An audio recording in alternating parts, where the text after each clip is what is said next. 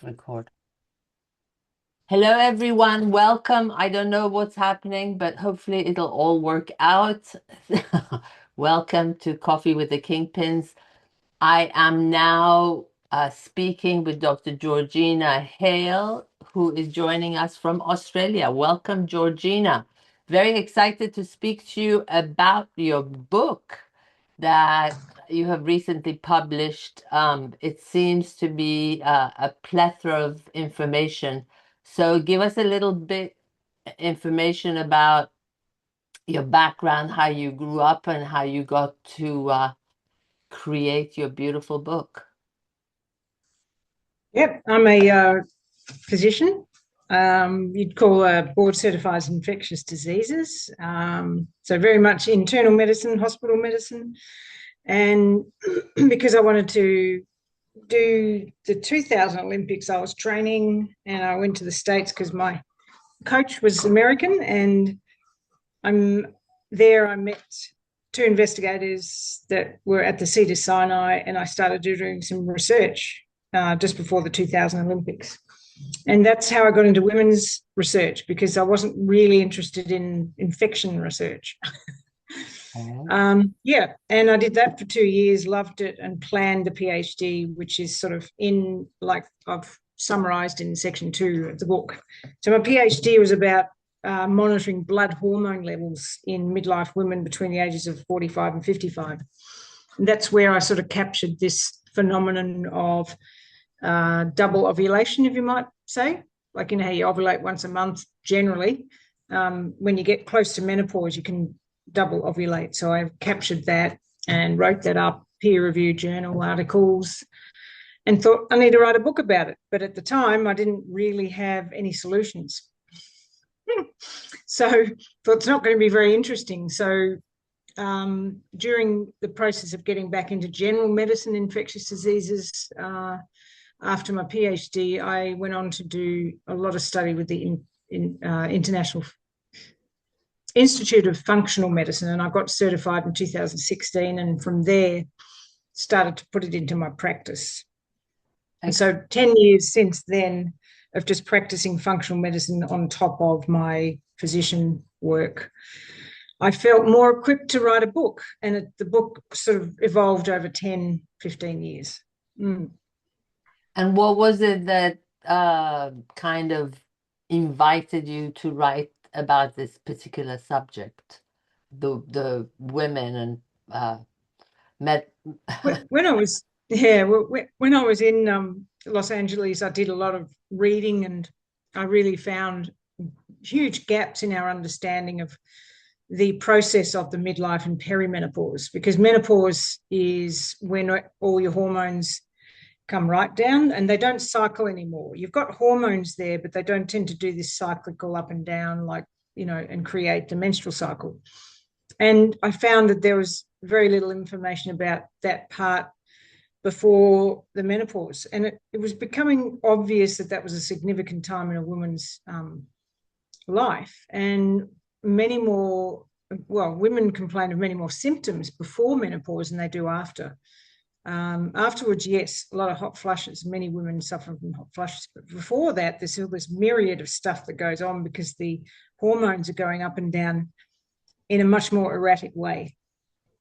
And it hadn't been captured by research. And the one reason I knew was we were trying to do an intervention in perimenopause, and then it was obvious we can't really study an intervention when you don't have a stable happening across a group of perimenopause people. So we just didn't know what was going to happen anyway, regardless, or let alone if you do an intervention or take a drug or a tablet. So I said, we have to study this. So I went back to Sydney University and got into a program there, and I found a supervisor who said, yes, go for it. So I'd already created the study I wanted to do in the United States, and I went back to this. Didn't get to the Olympics. And then I went back and did a PhD. I put all my energy into that. Fantastic. And tell us a little bit about the highlights of your book. Yeah, well, it's in 3 sections. Right. So People, if they're interested, they read it cover to cover, but otherwise you can hone in on where you are at. Okay, so one of the things that I've done for the book is I've stepped down how the scientific stages of reproductive aging, or the straw stages, and I was part of the first group of investigators that created that. And so it's a complicated looking table. So I've stepped it down into 4 zones. So women who pick up the book sort of think, well, I don't know where I am. I'm sort of over 35 and I'm not yet menopausal. So where am I at? And so I go through what zone 1, 2, 3, 4 is, and 4 being menopause, and 1 being my periods are still regular, or I haven't got a uterus and I don't have periods, but I still feel normal, but I don't feel normal. And the doctor says my hormones are fine. So that's where it comes into, what do your symptoms and why don't you feel normal? In what way don't you feel normal? And does it fit in with you being in zone 1, 2, or 3 if you're not menopausal, which is 4? So I guess the highlight for women is that they can have a chance to understand where they are at in terms of the midlife to menopause transition, and using the scientific straw stages and tuning into what kind of symptoms are happening in the body, and thus giving your body a chance to speak to you. Because if you know what to kind of expect, you can go, oh, that must be what that is. But if you haven't read about a symptom, you can't really recognize it. So yeah, it's allowing women to understand where in the book they are, where in the zone they are, so that they can actually read the sections that pertain to their zone. So you can go through and find out what symptom you have, find out what zone you're in, and then you read the sections, particularly the section 3, which is the solutions. Right. So it's a bit like a reference book, in that you first go in and try to understand where you are in your transition, and then you go in and see an explanation of where you're at, and then the solutions in section 3. Right. So Is that the highlight? what do you see mostly among the patients that come to you? What are their mostly?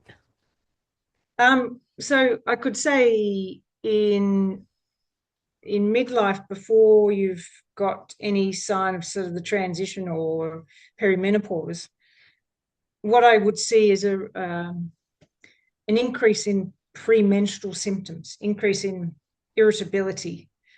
I'm biting my husband's or my partner's head off. I'm tired and I'm just not myself. And that would be, to me, something that happens in midlife. And part of the story is you're just losing the edge with the progesterone. So I will often use progesterone in people who are at midlife and perimenopause, just to give them that boost. Now, the scientific studies, there hasn't been many of them at all, and some of them weren't showing much of a difference. But in general, I find it very helpful in midlife, that women get more and more premenstrual symptoms. I find progesterone, for example, very helpful. Now, bleeding disorders, I do a lot of investigations, so that's not terribly interesting. I do ultrasounds, MRIs to see whether there's a surgical option. Right. If they're really suffering and getting iron deficiency anemia or blood loss anemia. And then in menopause, I think the main things I see are the symptoms of the flushes, the sleep disturbance, but also the ones that aren't as obvious, like fatigue and aches and pains and low mood. And they can be greatly helped with hormone therapy, which is only supposed to be given for hot flushes. Right. So I guess GPs often will refer people to me because they want a bit more of an in-depth personalised assessment to see whether HRT would suit them, because they don't fit the guidelines for for that therapy. Have you know, I mean, it seems like a lot of women have problems with gaining a lot of weight, their body changing. Do you see a major change when, you designate certain hormonal Yep. prescriptions for them? Yeah. So midriff weight is a really annoying, incredibly common part of midlife. So that tends to be sort of the muffin top around the middle, Right. and you haven't changed anything. You've done your exercise, but it's still just sitting there. And in very little done on this in terms of the why is that happening. But in my practice, and what's happening is that during midlife, when your estrogen starts to climb up a bit, your ability to detoxify the estrogen and other toxins tends to be reduced. We don't know why, but it has something to do with the higher estrogen affecting bile function. Right. So women in their 40s get more cholecystitis or gallbladder problems where the bile is not flowing properly or they get stones. It's very well known. And it's thought that the higher estrogen, a little bit higher, could disturb the normal detoxification pathways for estrogen and other hormones and environmental toxins. So people may complain, I feel toxic, I feel as I need to detox when they're putting on that weight. And that's what I help people with as well. Right. What would you say is like, um, I mean, I hear, for example, uh, many younger women that are having either hormonal issues or, they have hot flashes or they feel like premenopausal or, I mean, what have you seen recently as far as that goes?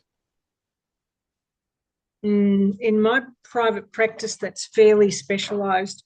I'm not seeing the public as I would if I was in a public hospital system. Right. I'm not in an outpatients department that's suddenly going, why are we seeing all these women below Uh-huh. 40 with menopause? Yeah, so I'm definitely not seeing it. I'm not even reading about it other than a few reports of this. So it will be interesting if data is true, and truly released, whether we're going to get lower age of menopause. Now, we're thinking this is very possible because look at cancer and how cancer has taken off over the Right. last 15, 20 years. It's just, and how it's been normalized. Right. It's truly, for someone born in the 60s, 70s, it's like it wasn't like that. Like Right. every third girlfriend has had something with their breast cancer, or someone who they love, or everyone's hearing about someone who's got breast cancer, and I hear it all the time. And I Right. think it was in 2000 I started to hear that I'd be treating a lady in her 60s and 70s, and she was having to deal with the death of her daughter from breast cancer. Wow. Like it's so there's an underlying huge pressure putting oncogenes. We can't either fight the cancer cells that come up, or we're getting more cancer cells, or both, produced in the body. And obviously, what is it all? It's toxins, right? Right. And Definitely. um, and toxins that are endocrine disruptors specifically. And there's a hell of a lot of those. And I'm not an expert, but gee, doctors in general have no clue. So what do they say? Oh, don't worry about it. It's fine. That's all they will say, because I think it's, well, if it was important, I would know about it. Well, toxicology is just a fairly useless kind of, specialty at the moment, because they don't look into anything about, the fine, uh, the cellular changes that happen Right. with the reams of toxins. And I do go through that in my book about the xenoestrogens, because they're really the ones that are the endocrine disruptors. Uh-huh. Um, and more recently, we've had that, widespread medical intervention that was injected. And unfortunately, the injection doesn't stay in the arm. And one of the earliest studies showed that the pieces of little nanoparticles that are injected went all through the body, including the ovary. Right. Now, why would that be important? Why would that affect the ovary? And you're saying early menopause. I've always thought, well, this is going to be a probability, isn't it? Mhm. Because those little nanoparticles that were injected can run around the body and they can go into the ovary. So then the little nanoparticle delivers the mRNA, and then the mRNA asks your body in the ovary to produce More. the protein called the spike protein.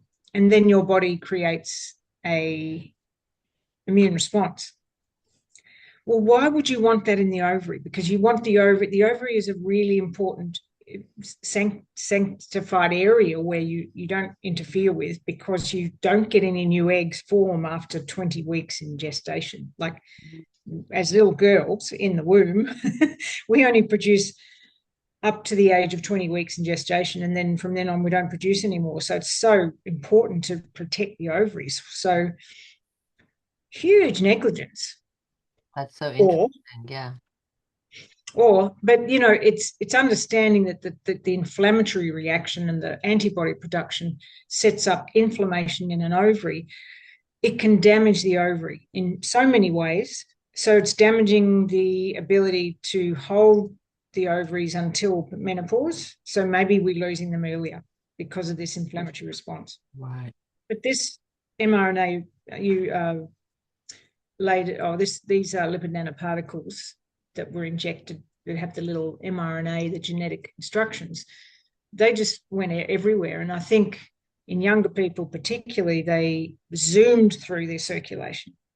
Older people, not so much, it's sort of sluggish circulation. Right. But a young person might go out and have a run, and what happens then? It goes faster everywhere. Wow. And we found that is probably one of the reasons why it went into the heart of a lot of young people. Right. They're Right. saying, oh, only youngish boys. Well, no, it wasn't only young boys. Maybe they were the worst, but there was certainly younger people much more susceptible than older people. Right. That's So I guess that answers your question. There's so many reasons why we've got more cancer. It's just, and it's not normal. It's just a barrage of assaults. Um, so what and would I you guess, sorry, go ahead, finish your sentence. Yeah. I guess the older you are, the more you realize it wasn't like this. It's just getting out of control. But the medical profession asleep at the wheel completely. It's just an opportunity. What would you Oh, advise? we'll have to open another cancer clinic. Oh, well, more funding and, oh, yeah, oh, this is great.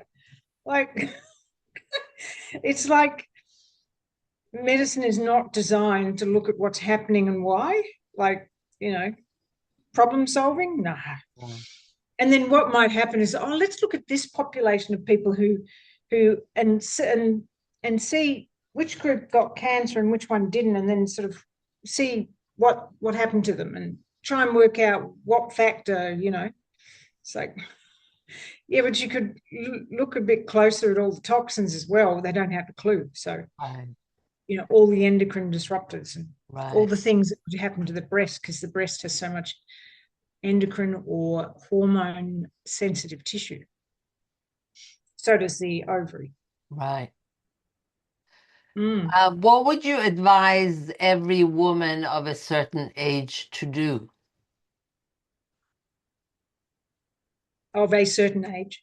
Yeah. Uh, so midlife women. Right. I think the main advice is that we get to midlife, some earlier, and you start to feel you can't tolerate the same things you used to. You can't tolerate late nights, a lot of alcohol, eating poorly, or missing meals, or having a lot of toxic acquaintances around you. can't tolerate certain things around, for sleep, for feeling relaxed. So at midlife, you get a lot more people than others. You get full of it. You're just like, I can't stand anymore. More So agitated. yeah, so it's kind of like you've had a lifetime of toxins as well. You've had a lifetime of sort of environmental, behavioural, friends, toxic level. You're up here and you go, nah.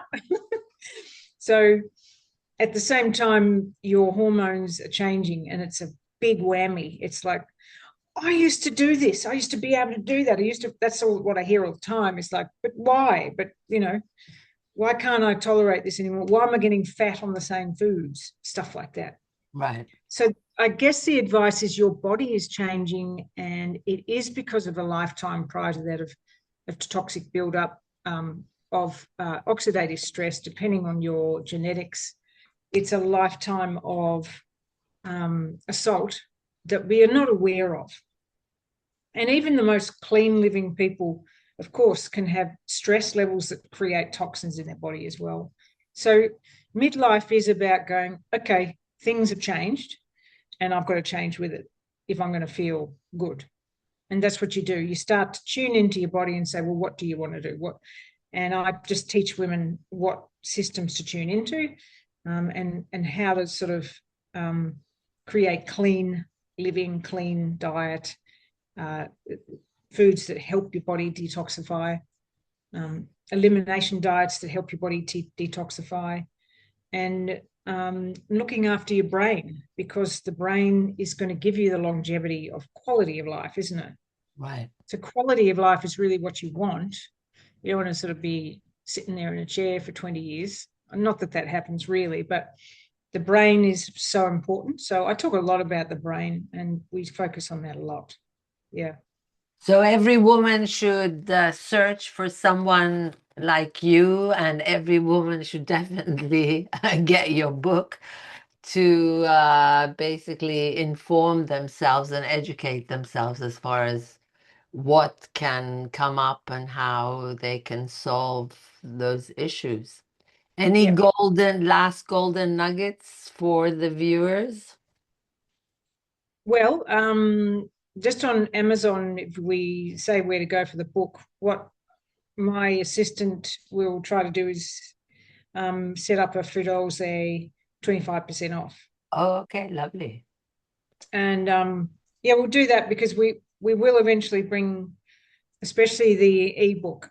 I don't know whether people like the ebook better than having a book, but so, because it's a reference book, it's kind of nice to have in the drawer beside the bed, so you can sort of remind yourself of, how you handle hot flushes, or what if I'm starting to have heavy bleeding, or I'm getting headaches, and is that because of this or is that because of that? So you can look it up depending Right. on what you're So it would be experiencing. good actually for you to decide what the 25% code is so that I can Yeah, post it under the video. Yeah. yeah, we'll do that. And I do a little 3-minute little video on most Wednesdays, and then I'll Okay. put up a little info sheet. This is Instagram, Dr. Right. Georgina Hale, Yeah. and it's also on Facebook and I think on YouTube, but Instagram's sort of fairly classic.